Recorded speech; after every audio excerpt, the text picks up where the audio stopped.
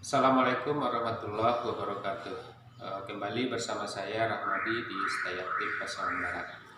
Kali ini kita masih berbicara seputar metodologi penelitian kualitatif, yang mana pada kesempatan ini akan dibahas yaitu metode penelitian studi kasus atau case study. Metode penelitian studi kasus. Metode penelitian studi kasus ini banyak juga digandrungi oleh mahasiswa dalam pembuatan laporan tugas akhir atau penelitian skripsinya, karena penelitian ini diyakini simpel dan mudah untuk digarap oleh mahasiswa. Untuk mengkaji lebih dalam, kita akan coba mendefinisikan apa itu sebenarnya penelitian studi kasus. Kalau dari segi bahasa ya simpelnya studi kasus itu terdiri dari studi kemudian kasus. Studi itu berarti mempelajari, kasus itu adalah perkara atau masalah begitu ya.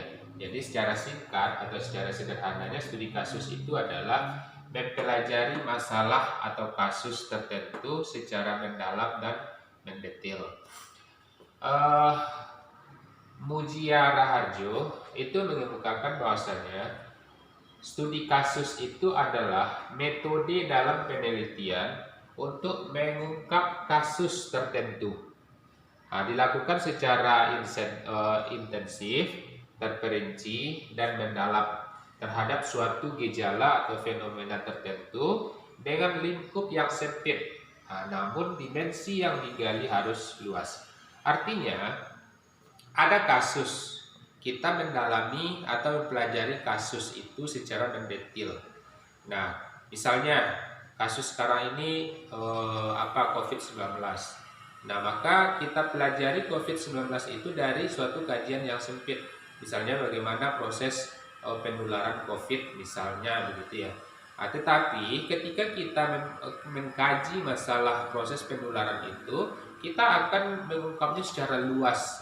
Itu yang dimaksud dengan lingkupnya sempit, namun dimensi yang digali itu harus luas, sedalam-dalamnya.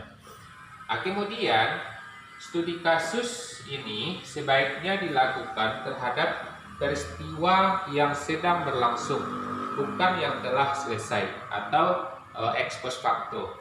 Artinya penelitian ex post facto, penelitian terhadap kasus yang sudah terjadi, itu sebaiknya dihindarkan untuk studi kasus, karena dari segi kebermaknaan itu sudah tidak bermakna lagi untuk dikaji.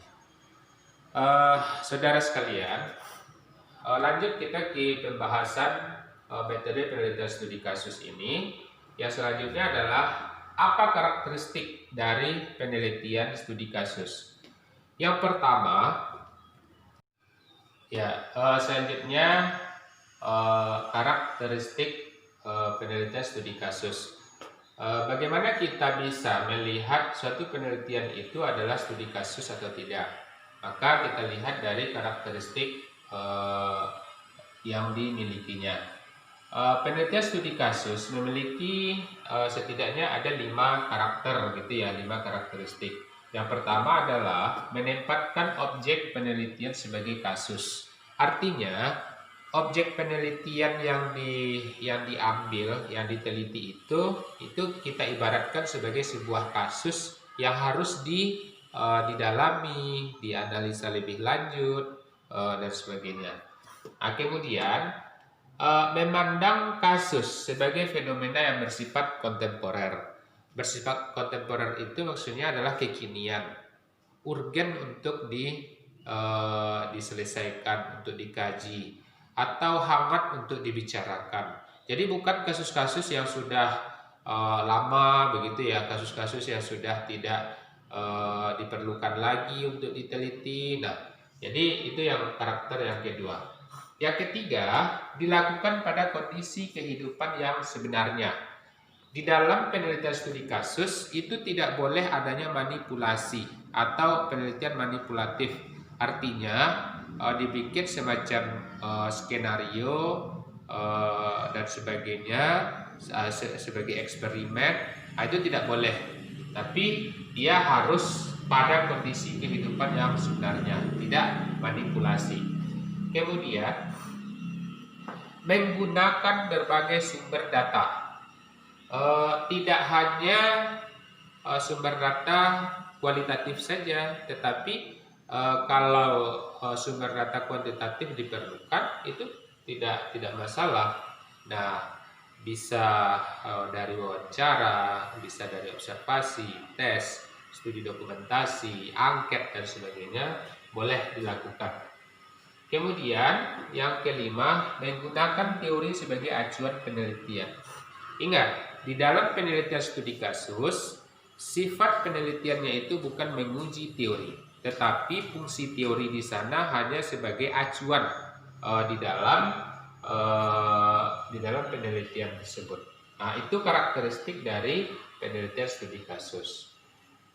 Terakhir, bagaimana langkah-langkah dalam melakukan penelitian studi kasus? Nah, yang pertama adalah pemilihan kasus itu sendiri.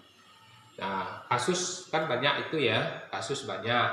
Nah, kita buatlah semacam bank gitu ya, bank kasus gitu kan.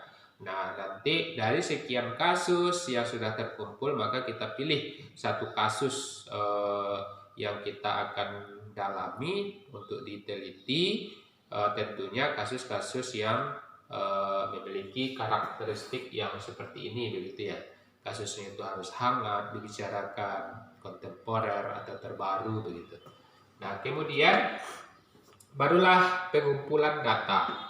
Nah, pengumpulan data ini seperti yang sudah disampaikan tadi, boleh dari berbagai sumber data. Nah, kemudian dilakukan analisis data, kemudian kalau ada perbaikan dilakukan perbaikan, baru penulisan laporan kasus. Jadi simpelnya studi kasus ini seperti gimana ya? Laporan kasus. Nah, sampai di mana kita mendalami kasus itu. Jadi tidak ada batasan bakunya itu harus sekian-sekian, tidak ada, tetapi sampai di mana kemampuan si peneliti mengungkap kasus tersebut. Nah, saya contohkan beberapa kasus begitu ya. Di dalam perbankan syariah misalnya ada yang disebut dengan kredit macet. Nah, kredit macet itu adalah kasus.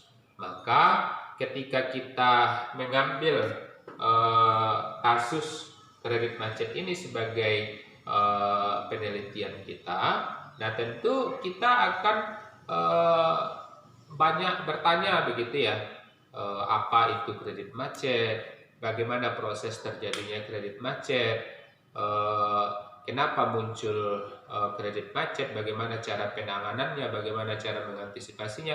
Nah, semuanya itulah yang harus didalami oleh seorang peneliti studi kasus. Dan kualitas dari penelitian studi kasus itu dilihat dari seberapa mampu si peneliti di dalam mengungkap kasus itu. Nah, tuh. Jadi barangkali itulah yang menjadi pembahasan kita dalam metode penelitian studi kasus ini. Tugas saudara adalah tolong cari judul-judul penelitian sebanyak 2 saja, tetapi sebaiknya judul-judul penelitian yang sudah terbit di jurnal berkaitan dengan penelitian studi kasus. Itu nanti akan ditulis di buku kerja saudara. Terima kasih atas perhatiannya. Banyak maaf. Assalamualaikum warahmatullahi wabarakatuh.